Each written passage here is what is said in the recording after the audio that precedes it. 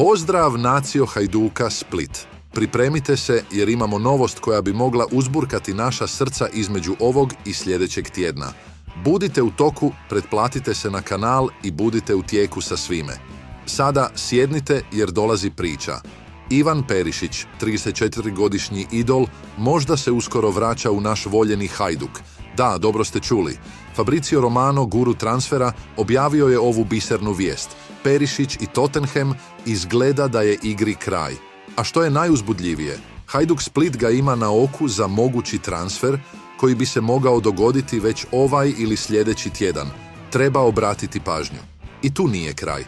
Ange Postecoglou, trener Tottenhama, već je bacio ručnik. Po njemu, Perišić je već odigrao svoje posljednje minute s londonskim timom. Sa završetkom ugovora i ozljedom od koje se oporavlja, Postecoglou priznaje da Perišić više neće nositi dres engleskog kluba. Ali hej, prije nego nastavimo, ostavite onaj lukavi like da budete u toku s novostima iz prve ruke. Navijači Hajduka, kao i ja i vi, željno iščekuju obećani povratak Perišića.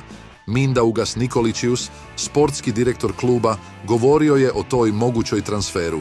Želi brzo oporavak Ivanu, ali naglašava da je za odluke još rano. Razgovori su u tijeku s Tottenhamom i svi žele najbolje za obje strane. Ako Perišić doista dođe u Hajduk u ovom zimskom prijelaznom roku, moći će igrati za Split samo na kraju sezone. I to nije sve, priča ima još. On bi mogao biti zainteresiran za drugi transfer nakon oporavka. Hajduk sanja o dugoročnijem angažmanu.